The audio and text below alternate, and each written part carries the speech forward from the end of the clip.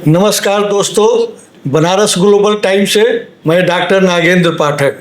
आज आर्थिकी कार्यक्रम में हम एक नए विषय पर बात करेंगे और क्या मौजूदा जीडीपी दर लंबे समय तक बरकरार रह पाएगी, ये आज का टॉपिक है। दोस्तों, जैसा कि आप लोग जानते हैं कि हमारे चैनल का उद्देश्य है वित्तीय साक्षरता को बढ़ावा देना। उस उद्देश्य को पूरा करने के लिए ये टॉपिक आज हम लेकर आपके सामने प्रस्तुत है। हमारे सामने मौजूद हैं श्री M.K. पांडे जी, जो आर्थिक विश्लेषक हैं और अध्ययनशील है आर्थिक मामलों में। आज हमारे स्टूडियो में मौजूद हैं। आपका स्वागत है हमारे स्टूडियो में। और आज का टॉपिक है पांडे जी, क्या मौजूदा जीडीपी वृद्धि दर लंबे समय तक बरकरार रह पाएगी? धन्यवाद पाठक जी। ये एक ऐसा मुद्दा है जो कि सब्जेक्टिव है और परसेप्शन ओरिएंटेड भी है। कुछ फैक्ट्स भी होंगे और कुछ परसेप्शन भी होंगे, कुछ इसमें हाइपोथेसिस भी होगी, इस तरह की बातें होंगी। पहली बात, आपका जो टॉपिक का एक शब्द है लंबे समय, तो पहले हम लोगों को ये समझ लेना होगा कि या आपको बताना होगा कि इस लंबे समय का अर्थ क्या है। ग्लोबली या इकोनॉमी में अमूमन मिड टर्म और लॉन्ग टर्म की जब बात होती है तो लॉन्ग टर्म यूजुअली 10 साल के बाद वाले जो पीरियड को लॉन्ग टर्म में क्लासिफाई करते हैं और बिलो 10 ईयर्स तक को मीडियम टर्म में मान लेते हैं। और अलग अलग एजेंसीज भी ग्लोबली इसी तरह से उसको क्लासिफाई करते हैं। जैसे IMF जो है, इंटरनेशनल मॉनेटरी फंड, वो लगभग 5 साल को मीडियम टर्म मानता है। OECD जो है, organisation for economic cooperation and development, OECD countries का जो संगठन है, वो भी करीब 5 साल से 10 साल मानता है। और वर्ल्ड बैंक भी 3 साल से 7 साल मानता है। मतलब रफली हम लोग ये मान लें कि 3 साल से लेकर 10 साल। तो लॉन्ग टर्म मतलब हम लोग बात करने का अभिप्राय होगा कि 10 साल तक या उसके बाद 10 साल के बाद भी ये ग्रोथ रेट कायम रहेगा या नहीं रहेगा। और मीडियम टर्म तो है।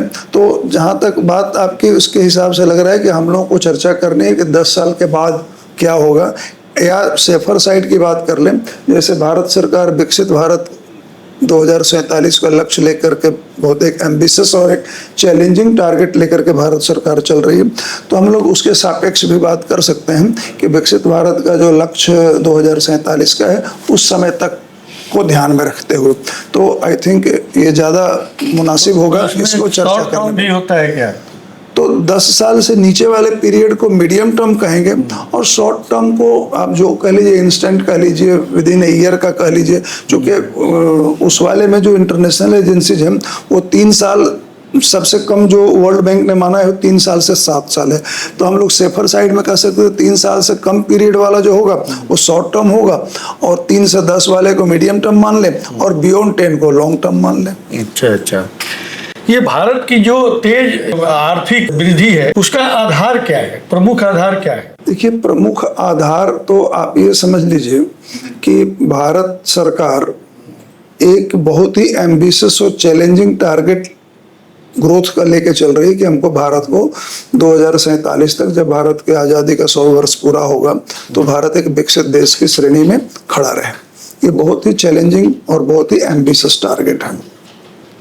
उस लक्ष्य को प्राप्त करने के लिए सरकार ने अपनी ओर से, मतलब हम लोग ऐसे नज़र दौड़ाते हैं तो बहुत ही जो कंट्रीब्यूटर, जो इनेबलर्स हैं, उन सभी सेक्टर में भारत सरकार बहुत मजबूती से काम कर रही है, जिसमें कि सबसे प्रमुख स्थान है इंफ्रास्ट्रक्चर का।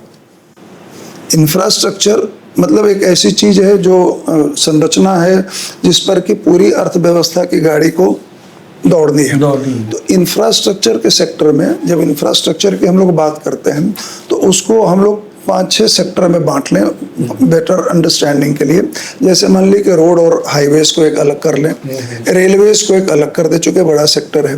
फिर उसके बाद पोर्ट्स एंड वाटरवेज को एक साथ कर लें, एविएशन को एक साथ कर लें, डिजिटल इंफ्रास्ट्रक्चर को कर लें, क्लीन एनर्जी की बात कर लें, मतलब जीरो एमिशन की ओर प्राप्त करने के लिए, और कुछ हद तक अर्बन इंफ्रास्ट्रक्चर की बात कर रहे हैं। तो इस तरह से 7-8 ब्रॉडर सेक्टर को यदि हम लोग अपने ध्यान में रखें तो ये देखा जाएगा कि पिछले कुछ वर्षों से इन सभी सेक्टर्स में कोई ऐसा भी एक भी सेक्टर ऐसा नहीं जो कि अछूता है। सभी सेक्टर में सरकार मैसिव इन्वेस्टमेंट कर रही है, of course with in their resources. चाहे वो फ्रेट कॉरिडोर की बात कर लीजिए, सागरमाला की बात कर लीजिए, जो गोल्डन क्वाड्रिलेटरल की बात हो रही थी, ये तमाम ऐसी चीजें हो रही थी जिसमें कि इंफ्रास्ट्रक्चर को डेवलप करना है, रेलवे को अपग्रेड करना है, हाई स्पीड ट्रेन कॉरिडोर का, पोर्ट्स का डेवलपमेंट होना, अकॉर्डिंगली इकोनॉमिक कॉरिडोर का डेवलपमेंट होना, ये सब तमाम है कि इंफ्रास्ट्रक्चर पर एसेंशियल है सबसे ज़्यादा। इसलिए सरकार उसमें सभी सेक्टर में मैसिव निवेश कर रही है और अब हम लोगों को उसका प्रभाव उस भी दिखलाई पड़ने लगा है ऑल ओवर द कंट्री। तो एक ये सबसे महत्वपूर्ण बात हो रही है कि सरकार इसमें काफ़ी ध्यान दे रही है और ये तो एक एस्पेक्ट होगा, जो दूसरे एस्पेक्ट्स भी हैं उस पर भी सरकार का जोर है। अच्छा, ये हमारे देश में एक महंगाई और बेरोजगारी है, क्या ये दोनों आर्थिक विकास की रफ्तार को प्रभावित कर सकती है? इसका सीधा सा उत्तर है हाँ। कैसे? यदि महंगाई देश में है, बेरोजगारी देश में है, तो विकास का दर उससे एडवर्सली इम्पैक्ट जरूर होगा। चूँकि इन दोनों कंडीशन में बेरोजगारी है, कहने का मेरा मतलब है कि जो आपके देश की श्रम शक्ति है उसका प्रॉपर यूज नहीं हो रहा है, उनको काम करने के अवसर नहीं मिल रहे हैं, मतलब कि अपने देश में उत्पादक गतिविधियां कम हो रही हैं। यदि उत्पादन का काम ज्यादा हो रहा होगा तो रोजगार सृजित होगा। तो जहाँ कहीं भी बेरोजगारी है, इसका मतलब कि उत्पादक कार्य के अपॉर्चुनिटी कम है, तो निश्चित रूप से विकास के दर को प्रभावित करेगा, रोजगार सृजन नहीं होगा। महंगाई यदि ज्यादा है तो इसका मतलब कि इन्फ्लेशन होगा, तो कैपिटल फॉर्मेशन यदि देश में जो होना चाहिए, जो सुलभता होनी चाहिए, उसकी कमी रहेगी। तो ये दोनों ऐसे कंट्रीब्यूटर होंगे, दोनों ऐसे इंडिकेटर होंगे जो कि विकास के दर को के लिए स्पीड ब्रेकर का काम करेंगे। तो इन दोनों का विकास पर नकारात्मक प्रभाव पड़ना स्वाभाविक है और हर जगह पड़ता है। निजी निवेश और उपभोग, ये दोनों में जो बढ़ोतरी हो रही है, क्या उस आर्थिक विकास के लिए पर्याप्त है? ये देखिए, आर्थिक विकास को आपको समझने के लिए ये देखना होगा कि हम लोग पैमाना क्या लेते हैं। आर्थिक विकास कोई एक ऐसा छोटा कंसेप्ट नहीं है, इसकी व्यापक है और इसको समग्रता में समझना होगा। समग्रता में समझने के लिए विकास तात्कालिक रूप से एक अलग हो सकता है। जैसे भारत के परिप्रेक्ष्य में यदि हम लोग ये बात कर रहे हैं ना, तो अभी भारत का जो विकास का दर चल रहा है, हम आपके प्रश्न पर आने से पहले थोड़ी सी एक बैकग्राउंड बात करना चाह रहे हैं कि जैसे एक अनुमान ये कहता है कि 2026 से 30 तक ये जो पीरियड है, इसमें 6 से 7% का ग्रोथ रहेगा यदि रिफॉर्म जो हो रहा है, सरकार जो रिफॉर्म करना चाह रही है वो कंटिन्यू करे, आर्थिक विकास होता रहेगा। लेकिन अभी भी लक्ष्य दूर है। 2030 से 40 वाला जो पीरियड आने वाला है, जो करीब 10 साल का, उसमें लोग फिर अगेन एक अनुमान है, विकास दर तो रहेगा लेकिन उतना हाई नहीं रहेगा जितना 30 तक का है, थोड़ा मॉडरेट होगा। और इसके अंदर भी है कि कितना प्रोडक्टिविटी गेन होता है, अर्बनाइजेशन कितना तेजी से होता है, टेक्नोलॉजी का अपग्रेडेशन कितना होता है। और 2040 के बाद 47 जो विकसित भारत के लिए कट ऑफ डेट रखा गया है, वो डिपेंड उस पर करता है कि भारत कितनी जल्दी मिडिल इनकम ट्रैप से बाहर निकलता है। तो ये जब इसकी बात हम लोग कर रहे हैं तो पूरी समग्रता के साथ यदि बात करेंगे तो हम लोगों को इसका विकास समझ में आएगा। तो निजी पूंजी निवेश, कहने का मतलब कि जो अपने पास या देश में जो रिसोर्सेज हैं, निवेश के लिए कैपिटल इजीली एक्सेसिबल होना चाहिए to the maximum possible participants, वो चाहे डोमेस्टिक कैपिटल हो, इवन फॉरेन कैपिटल हो। तो जितना ज़्यादा कैपिटल के लिए कैपिटल एक्सेस पर एक्सेस होगा, मतलब उद्यमियों का, उतना ज़्यादा विकास होने की संभावना बेहतर होती है। कंजम्पशन तो एक पार्ट है, निश्चित रूप से कंजम्पशन एक पार्ट है, जो कि कंजम्पशन होने से प्रोडक्शन को बल मिलता है, लेकिन केवल यही दोनों हो, इंफ्रास्ट्रक्चर डेवलप ना हो, कुछ लॉन्ग टर्म जो निवेश करने की बात होती है वो ना हो, केवल कंजम्पशन और इसकी बात हो, तो ये विकास का एक पक्षीय स्वरूप होगा। एकदम समग्रता में यदि बात करें तो इसमें उन सभी एस्पेक्ट्स को भी हम लोगों को जोड़ना होगा, उस पर भी ध्यान देना होगा। वैश्विक मंदी या जो व्यापार युद्ध चल रहा है, तो इस भारत की अर्थव्यवस्था पर इसका कितना असर पड़ेगा? देखिए सर, आज की तारीख में जो पूरी दुनिया है आर्थिक रूप से एक तरह से कहा जाए एक दूसरे से इतना ज़्यादा जुड़ा हुआ है, इतना ज़्यादा जुड़ा हुआ है कि कल्पना भी नहीं की जा सकती कि एक देश को हटा करके दूसरा मतलब दुनिया से कल्पना किया जाए। तो यदि विश्व में मंदी है तो भारत या कोई भी देश उससे अछूता कैसे रह सकता है? यदि ट्रेड वार चल रहा है, टैरिफ लगाना है, ये करना है, उस पर रेस्ट्रिक्शन लगाना है, उस पर ये पेनलाइज करना है, तो इससे भी देश का जो स्मूथ फॉरेन एक्सचेंज मतलब फॉरेन ट्रेड जो होता है वो नहीं रह जाता है। तो भारत भी उससे प्रभावित तो होगा ही, एडवर्स इम्पैक्ट होगा। अब डिपेंड इस पर करता है कि कितना एडवर्सली इम्पैक्ट होगा, वो किस क्षेत्र में है, किस देश ने कितना प्रतिबंध लगाया है, विश्व के किस हिस्से में आर्थिक मंदी ज़्यादा चल रही है, भारत का उन देशों के साथ कैसा एक्सपोजर है। इन तमाम चीज़ों को जब एक साथ हम लोग क्लब करके स्टडी करेंगे तो उसको क्वांटिफाई कर सकते हैं। लेकिन इन जनरल यदि कहा जाए तो ट्रेड वार हो, चाहे रिसेशन इन द वर्ल्ड हो, तो और मेजर इकोनॉमी में यदि रिसेशन हो तो थोड़ा ज़्यादा हो जाएगा। इसका किसी भी देश की अर्थव्यवस्था पर प्रतिकूल प्रभाव पड़ेगा और भारत पर भी पड़ेगा। एक शब्द आपने इस्तेमाल किया है, मिडिल इनकम ट्रैप, तो इसका मतलब क्या होता है? इसका मतलब समझने के लिए हम एक छोटा सा एक उदाहरण देना चाहेंगे। वो उदाहरण ऐसा समझिए कि जैसे कोई एक स्टूडेंट है, मान लीजिए कि वो अपनी पढ़ाई करके 60-65% नंबर ले आता है, वो थोड़ी और पढ़ाई कर ले, अपना स्टडी का आवर बढ़ा ले, तो हो सकता है वो 85 पहुंच जाए। लेकिन 95 और 100 पहुंचने के लिए उसको केवल अपने स्टडी का आवर बढ़ा करके 95 और या 100 पहुंच जाए, ये पॉसिबल नहीं होता है। उसको 95 या 100% पहुंचने के लिए अपने स्टडी के तरीके को बदलना पड़ता है, उसमें थोड़ा ज़्यादा इंटेंसिव, थोड़ा ज़्यादा और कहाँ से क्रिएटिव, कहाँ से उसको सपोर्ट लाना है। मतलब केवल वर्क स्टडी आवर बढ़ा करके वो 95 और 100 को नहीं पहुँचता। तो जैसे अपने उसके स्टडी की गुणवत्ता में सुधार लाना होता है, और ज़्यादातर लोग वही मिडिल वाले में से ऊपर जाने के लिए जो एक्स्ट्रा चीज़ों की ज़रूरत होती है उसमें मिस करते हैं, तो वहाँ पर रुक जाते हैं। सिमिलरली हम इकोनॉमी की भी यदि बात करें तो एक जो मतलब मिडिल इनकम जो ट्रैप है, वो बहुत सारे देश गरीबी से मतलब हट करके मिडिल इनकम तक आ गए।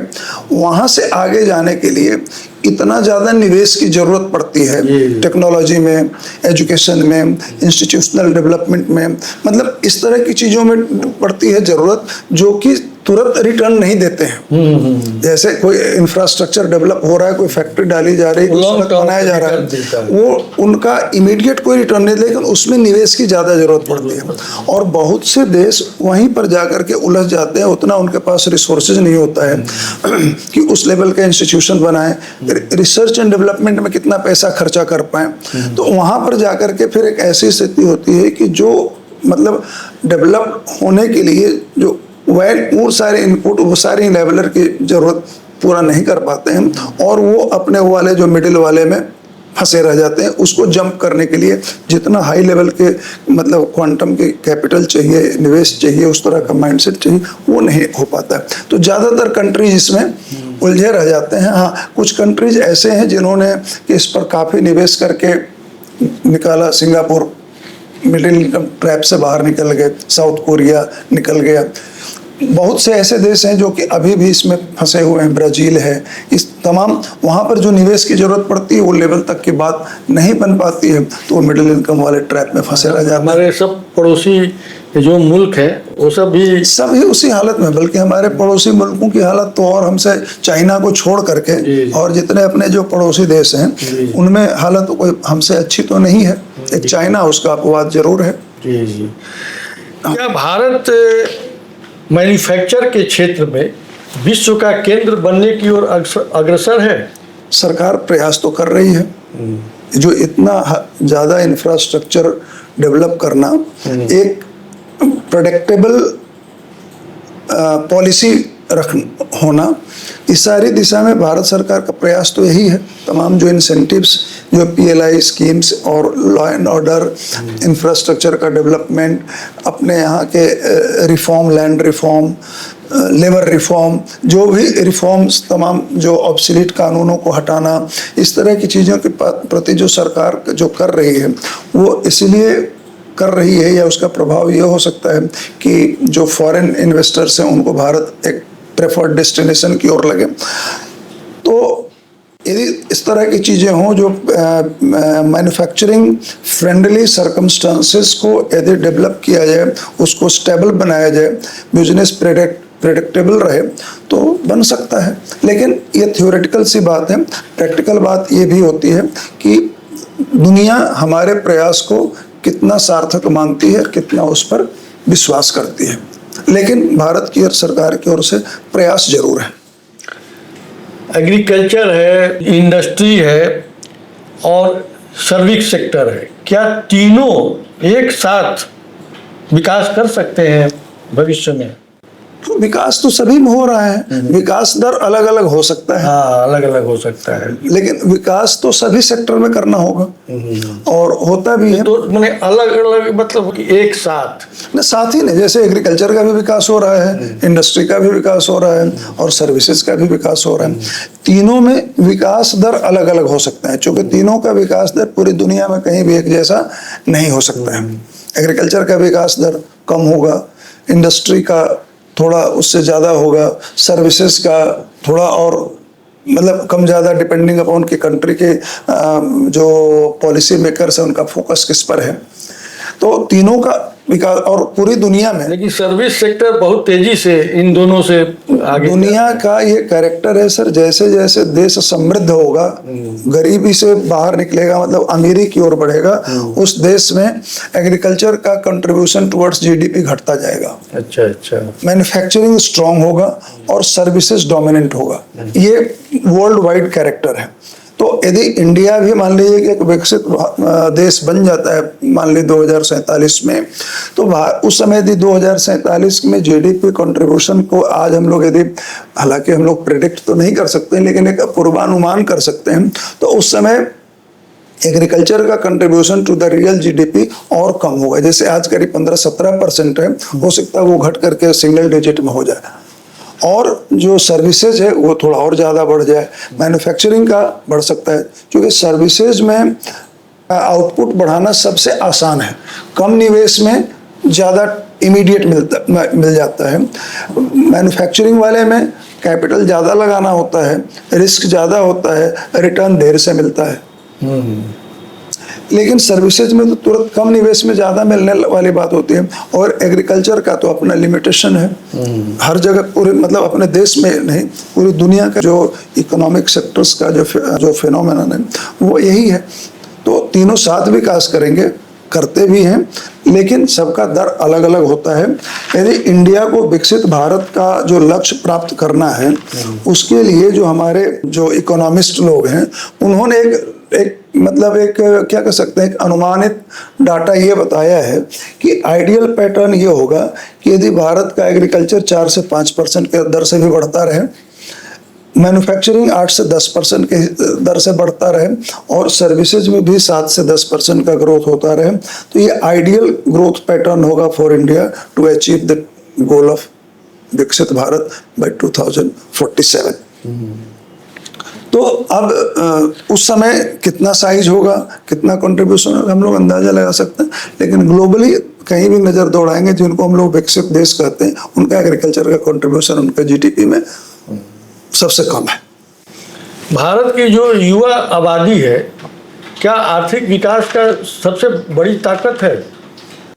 ये सबसे बड़ी ताकत है जो भारत के लिए हम लोग जो एक अंदाजा लगाते हैं या सरकार जो अंदाजा लगा करके बैठी है कि हमारा हाई ग्रोथ रेट सस्टेन करेगा, हम इकोनॉमी सस्टेन करेगी, उसमें 4-5 बल्कि कह सकते हैं लगभग 8-10 ऐसे पैरामीटर हैं जो सरकार को इनेबलर की तरह नजर आते हैं। उसमें सबसे पहला हो सकता है डेमोग्राफिक डिविडेंड। हमारे पास युवा आबादी है, हमारे पास काम करने वाले मतलब वर्किंग फोर्स ज़्यादा है, ये एक बहुत बड़ा फैक्टर है। और युवा आबादी और जैसे जैसे डिजिटल एडवांसमेंट हो रहा है तो उनके प्रति युवा जो हैं वो डिजिटल को अडॉप्ट करने के प्रति ज़्यादा है। नए इनोवेशन रिसर्च में उनका मतलब उनकी सहभागिता ज़्यादा है। इन नटसल हम लोग ये कह सकते हैं कि जो डेमोग्राफी का हमारे पास एडवांटेज है ये बहुत बड़ा है।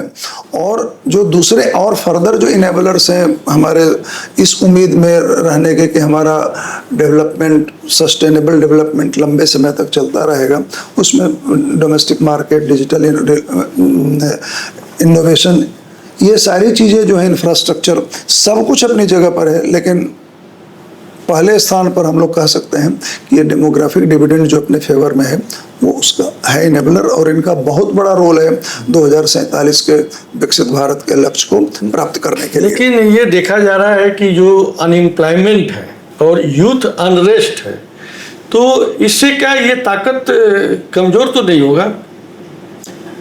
ताकत तो वही रहेगी, बस सवाल इस बात का है कि ताकत का चैनलाइजेशन किस दिशा में हो रहा है। जी। वो रचनात्मक दिशा में हो रहा है या अदरवाइज? यदि ताकत तो बहुत भरपूर है।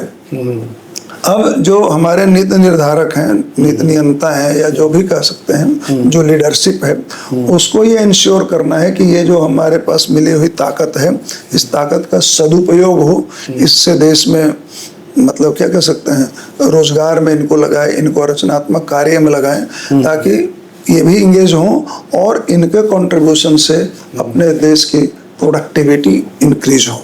यदि ऐसा नहीं हुआ, अनरेस्ट यदि बात कहेंगे तो अनरेस्ट कहेंगे तो कोई किसी भी तरह का अनरेस्ट वेलकम तो है नहीं, और युवाओं का अनरेस्ट और ज़्यादा डेंजरस है बिकॉज उनके पास एनर्जी है, और एनर्जी को यदि आपने सही दिशा में नहीं डाला तो that can have a devastating impact on overall जो पिक्चर है उस पर बड़ा। मतलब सरकार को इस पर ध्यान देना चाहिए। सरकार को ध्यान देना ही नहीं चाहिए, मतलब ये अनअवॉइडेबल है कि जितनी जल्दी कितना ज़्यादा से ज़्यादा हम उनको रचनात्मक क्रियाशीलता उनके लिए उनको इंश्योर करते हैं, अन्यथा वो न केवल अपने आप को स्पॉइल करेंगे बल्कि टोटल एनवायरनमेंट पर भी उनका बड़ा मतलब प्रभावशाली वो ओपिनियन मेकर है ना। आज के डिजिटल युग में वो सबसे बड़े ओपिनियन मेकर हैं, इन्फ्लुएंसर हैं, और वही यदि नेगेटिव दिशा में चल रहे होंगे तो फिर सारी परिकल्पना केवल किताबी बात रह जाएगी, धरातल पर कुछ और होगा। जो इंफ्रास्ट्रक्चर में निवेश हो रहा है तो क्या वो विकास को गति देगा? सर, हम लोगों ने अपने चर्चा के शुरुआत में ही बात कही थी कि इंफ्रास्ट्रक्चर तो वो धरातल है, वो प्लेटफॉर्म है जिस पर अर्थव्यवस्था की गाड़ी को चलनी है, तो ये तो अनअवॉइडेबल है। मतलब इंफ्रास्ट्रक्चर तो हमको चाहिए ही चाहिए आज के लिए और आने वाले दिनों के लिए। जब इंफ्रास्ट्रक्चर में निवेश होता है तो सबसे ज्यादा रोजगार का सृजन होता है। सबसे ज्यादा रोजगार का सृजन इंफ्रास्ट्रक्चर के निवेश में होता है, कंस्ट्रक्शन में होता है, क्योंकि उसमें अनस्किल्ड से लेकर सुपर स्किल्ड तक जो स्पेक्ट्रम है, हर तरह के वर्कफोर्स के लिए उसमें काम की जरूरत पड़ती है, रोजगार सृजित होते हैं। तो इंफ्रास्ट्रक्चर जब भी सरकार खर्चा कर रही है तो तत्काल में इतने लोगों के लिए रोजगार सृजित तो कर रही है। तो जो मतलब कह सकते हैं कि इंस्टेंट जीडीपी का कंट्रीब्यूटर है, और वो मजबूत इंफ्रास्ट्रक्चर यदि तैयार हो जाता है तो सब चीज़ की स्पीड बढ़ जाती है, लॉजिस्टिक्स की स्पीड बढ़ जाती है, ट्रांसपोर्टेशन कॉस्ट घट जाता है, और एक मजबूत अर्थव्यवस्था के लिए बल्कि क्या कह सकते हैं वो स्पाइन है, वो बल्कि रीढ़ की हड्डी है, जो कह सकते हो हम लोग वो कह सकते हैं। कारण कि एक बार अमेरिकी राष्ट्रपति आई थिंक फोर्ड का स्टेटमेंट था कि अमेरिका विकसित है इसलिए यहाँ अच्छे इंफ्रास्ट्रक्चर है या रोड है या नहीं है, अमेरिका में अच्छे रोड्स हैं इसलिए अमेरिका विकसित है। ऐसा कुछ इसी आशय का एक वक्तव्य उन्होंने दिया था।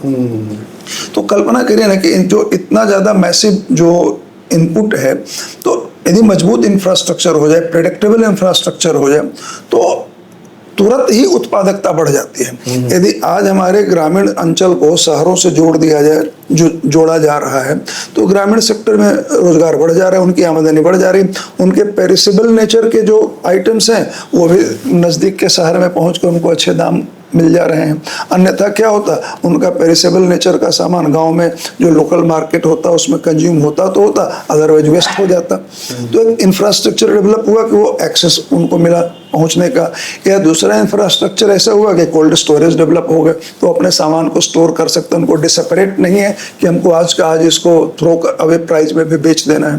तो इंफ्रास्ट्रक्चर का जो डेवलपमेंट है वो तो मतलब जितने उसके बारे में कहा जाए उतना कम है। वो बिल्कुल मतलब हमारा स्केलेटन है जिस पर कि वो पूरी अर्थव्यवस्था की गाड़ी को आगे चलनी है। और यही कारण है कि हर देश जो विकसित है उन्होंने बहुत निवेश किया है, और जो विकासशील देश जो उस दिशा में एम्बिशियस योजना लेके चल रहे हैं वो मैसिव इंफ्रास्ट्रक्चर पर निवेश कर रहे हैं। और भारत सरकार, जैसे हमने शुरू में इंफ्रास्ट्रक्चर की बात कही कि जो 7-8 सेक्टर हैं, सभी सेक्टर में चाहे मतलब लॉजिस्टिक्स से लेके एनर्जी को लेकर के, पर्यावरण मतलब जीरो इमिशन को लेकर के, ये सारे डिजिटल इंफ्रास्ट्रक्चर सब में मैसिव इन्वेस्टमेंट हो रहा है, इसलिए कि हम एक डिपेंडेबल प्लेटफॉर्म तैयार कर सकें ताकि विकास की गाड़ी उस पर निर्बाध गति से, तेजी से चलती रहे। लॉन्ग टर्म पर जीडीपी वृद्धि दर जो है वो बरकरार रह सकती है अगर सब कुछ ठीक ठाक रहा, कुछ ठीक ठाक रहा तो ये बिल्कुल रहेगा, लेकिन थोड़ा मोड़ा रिस्क तो है जी। बहुत सारे, जैसे अभी चर्चा में आपने कहा ग्लोबल, कहीं जियोपॉलिटिकल अनसर्टेनिटी है, कहीं ट्रेड वार है, कहीं रियल वार है, कभी उधर एम्बार्गो है, कभी उधर रेस्ट्रिक्शन है। इन सबों का जो रिपल्स पूरी दुनिया में जा रहा है, तेल का मतलब ऑयल प्राइस का शॉक है, एनर्जी के अदर सोर्सेज का जो शॉक है, ये सबों का तो प्रभाव रहेगा ही। और कोई भी व्यक्ति इसको बिल्कुल ऐसा प्रेडिक्ट नहीं कर सकता, ऐसा फोरकास्ट नहीं कर सकता कि आने वाले 20 साल तक, आने वाले 25 साल तक जियोपॉलिटिकल सिचुएशन ऐसा रहेगा, एनर्जी का जो इकोसिस्टम हो ऐसा रहेगा, कौन से देश में कब तनाव नहीं होगा, कब होगा, ऐसा नहीं कर सकते। तो हमेशा जो टारगेट है उसमें इन सबों का प्रोविजन फैक्टर करके रखना होगा कि यदि होगा तो इसका इम्पैक्ट होगा, रिस्क है तो उस रिस्क से बचने का हमारे पास क्या अल्टरनेटिव उपाय है, उस रिस्क से बचने का को हम रिस्क से अपने आप को कैसे हेज करें। जैसे उदाहरण के तौर पर भारत सरकार का एक योजना कि एनर्जी पर हमारा डिपेंडेंस ज़्यादा है, हम नेट एनर्जी इंपोर्टर हैं, तो इंडिया में कोशिश की जा रही है कि हम पेट्रोलियम के इंपोर्ट को कम करें, इथेनॉल को करके रिन्यूएबल एनर्जी, क्लीन एनर्जी पर सरकार ज़्यादा जोर दे रही है ताकि हमको एनर्जी का इंपोर्ट कम करना पड़े। और एनर्जी के इंपोर्ट के साथ साथ जो इमिशन के लेवल को कम कर, चाहे वो सोलर एनर्जी कर लीजिए, विंड एनर्जी कर लीजिए, न्यूक्लियर एनर्जी कर लीजिए। जो अभी कुछ दिन पहले 2025 में सरकार जो शांति बिल लेकर के आई थी, उसमें वो बेसिकली क्लीन एनर्जी के मामले में अपने लेवल को बढ़ाने का सबसे बहुत बड़ा क्रांतिकारी कदम है। जब न्यूक्लियर एनर्जी का हम लोग रचनात्मक प्रयोग करने लगेंगे तो सबसे डिपेंडेबल और जीरो इमिशन का एक सोर्स होगा। तो सरकार की सोच उस दिशा में तो है। तो इस तरह से जियोपॉलिटिकल अनसर्टेनिटी को ध्यान में रखते हुए जो पॉसिबल हैं, जहाँ तक उसको फोर्सी करना, उसके लिए पॉलिसी बनाना और उस पॉलिसी को अपने यहाँ ऑनेस्टली इम्प्लीमेंट करना, ये सफलता के लिए बहुत बड़ा इनेबलर होगा। यदि इसमें कहीं मिस करेंगे तो उसका जो नेगेटिव इम्पैक्ट आने वाला है वो होगा। बहुत बहुत धन्यवाद पांडे जी हमारे स्टूडियो में आने के लिए।